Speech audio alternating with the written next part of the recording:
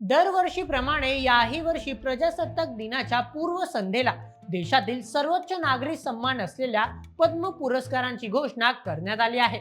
एकूण 132 मान्यवरांना या पुरस्काराने गौरवण्यात आले असून यात आपल्या महाराष्ट्राचा दबदबा पुन्हा एकदा पाहायला मिळाला आहे. कला, क्रीडा, वैद्यकीय आणि सामाजिक क्षेत्रातील दिग्गजांनी महाराष्ट्राच्या नाव लौकिकात भर घातली आहे. आजच्या या विशेष बातमीपत्रात आपण जाणून घेणार आहोत की नक्की कोण आहेत हे मानकरी आणि काय आहे त्यांच्या संघर्षाचा आणि यशाचा प्रवास. चला मग सुरुवात करूया आजच्या व्हिडिओला. नमस्कार, मी नील सोनार, तुम्ही पाहत आहात बोल एमएच. पद्म पुरस्कारांची सुरुवात 1954 मध्ये झाली. हे पुरस्कार 3 श्रेणींमध्ये दिले जातात: पद्मविभूषण असाधारण आणि विशिष्ट सेवेसाठी, मग पद्मभूषण उच्च श्रेणीतील विशिष्ट सेवेसाठी आणि पद्मश्री कोणत्याही क्षेत्रातील विशिष्ट सेवेसाठी. 2024च्या या यादीत 5 पद्मविभूषण, 17 पद्मभूषण आणि 110 पद्मश्री पुरस्कारांचा समावेश आहे. विशेष म्हणजे यंदा 30 महिलांना आणि 8 परदेशी व्यक्तींनाही सन्मानित करण्यात आले आहे. सर्वप्रथम पद्मभूषण पुरस्कार. यावर्षी महाराष्ट्राला एकूण 6 पद्मभूषण पुरस्कार मिळाले आहेत. यामध्ये राजकारण, कला आणि पत्रकारिता क्षेत्रातील दिग्गज आहेत. चला त्यांच्याबद्दल जाणूया. सर्वप्रथम राम नाईक, उत्तर प्रदेशचे माजी राज्यपाल आणि भाजपचे ज्येष्ठ नेते. राम नाईक यांना सार्वजनिक क्षेत्रातील त्यांच्या प्रदीर्घ योगदानासाठी हा सन्मान मिळाला आहे. 89 वर्षाच्या या कॅन्सर विजेता योद्ध्याने अनेक दशके जनसेवेसाठी स्वतःला वाहून घेतले आहेत. त्यानंतर द्वितीय प्यारेलाल शर्मा, प्रसिद्ध संगीतकार जोडी लक्ष्मीकांत प्यारेलाल मधील प्यारेलालजींना कला क्षेत्रातील योगदानासाठी पद्मभूषण जाहीर झाले आहेत. भारतीय चित्रपट संगीताला सुवर्णकाळ देणाऱ्या या कलाकाराचा हा उच्चेजित सन्मान आहे. त्यानंतर तृतीय होमर्स जी एन कामा, पत्रकारिता आणि साहित्यातील योगदानासाठी त्यांना हा पुरस्कार मिळाला आहे. आशियातील सर्वात जुन्या वृत्तपत्रांपैकी एक असलेल्या मुंबई समाचारचे ते संचालक आहेत.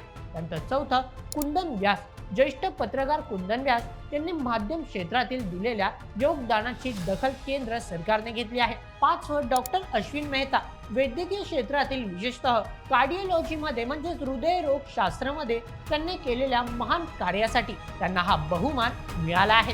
नंतर 6वं दत्तात्रय अंबादेस मायालव उर्फ राजदत्त, मराठी चित्रपट सृष्टीतील ज्येष्ठ दिग्दर्शक राजदत्त यांनी आपल्या चित्रपटातून सामाजिक मूल्ये जपली. त्यांच्या कलेचा गौरव या निमित्ताने झाला आहे. आता वळूया द्वितीय पद्मश्री पुरस्कारांकडे. जमिनीवर काम करणारे अनसंग हिरोज महाराष्ट्राला मिळालेले पद्मश्री पुरस्कार हे खऱ्या अर्थाने लोकरत्न आहेत. चला त्यांच्याबद्दल जाणूया आता.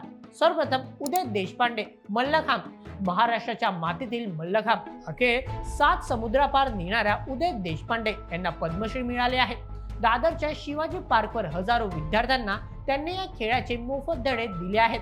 द्वितीय शंकर बाबा पापलकर म्हणजे समाजसेवा करणारे.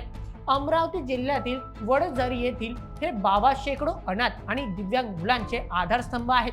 ज्या मुलांना जगाने नाकारले त्यांना त्यांनी आपले नाव देऊन सन्मानाने जगवले. मग तृतीय डॉक्टर मनोहर डोळे, वैद्यकीय.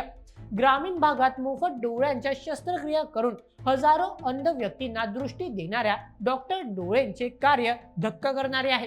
नंतर चौथं जहीर काझी, शिक्षण क्षेत्रातील योगदानासाठी त्यांना सन्मान मिळाला आहे. अजमन ई इस्लाम संस्थेच्या माध्यमातून त्यांनी शैक्षणिक प्रगतीत मोठे काम केले आहे. मग 5वं डॉक्टर चंद्रशेखर मेश्राम, वैद्यकीय. नागपूरचे प्रख्यात न्यूरोलॉजिस्ट ज्यांनी मेंदू विकारांवर संशोधन आणि जनजागृतीसाठी आयुष्य वेचले आहे. 6वं कल्पना मोरपारिया, व्यापार आणि उद्योग क्षेत्रातील महिला नेतृत्वाचे उत्तम उदाहरण म्हणजे कल्पनाजी. बँकिंग क्षेत्रात त्यांनी आपले वेगळे स्थान निर्माण केले आहे. यंदाच्या यादीत पीपल्स पद ही संकल्पना ठळकपणे जाणवते. आसामच्या पार्वती बरुआ, ज्या भारताच्या पहिल्या महिला माहूत असोत, किंवा अंदमानच्या के चिल्लामल, सेंद्रिय शेतीमधल्या, या सर्व नावांनी हे सिद्ध केलं की पुरस्कारांसाठी प्रसिद्धीची नाही तर कार्याची गरज असते. महाराष्ट्राच्या नावावर यंदा पद्मविभूषण नसले तरी 17 पद्मभूषण पैकी 6 आणि 110 पद्मश्री पैकी 6 महत्वाचे पुरस्कार मिळवून महाराष्ट्राने आपले वर्चस्व कायम राखले आहे. तर मित्रांनो, हे होते यंदाच्या पद्म पुरस्कारांचे महाराष्ट्राचे मानकरी. या सर्व व्यक्तींनी केवळ स्वतःची प्रगती केली नाही तर समाजाच्या आणि राष्ट्राच्या उभारणीत मोठे योगदान दिले आहे. त्यांच्या या यशाने महाराष्ट्रातील तरुण पिढीला नक्कीच प्रेरणा मिळेल. आजच्या व्हिडिओ आजच्या विशेष भागात इथेच थांबूया. मला आमची सविस्तर माहिती कशी वाटली कमेंट्समध्ये तुमचे मत आम्हाला नक्की कळवा आणि अशाच व्हिडिओसाठी सबस्क्राईब करायला विसरू नका. बोल एमएच आपल्या युट्यूब चॅनलला. धन्यवाद.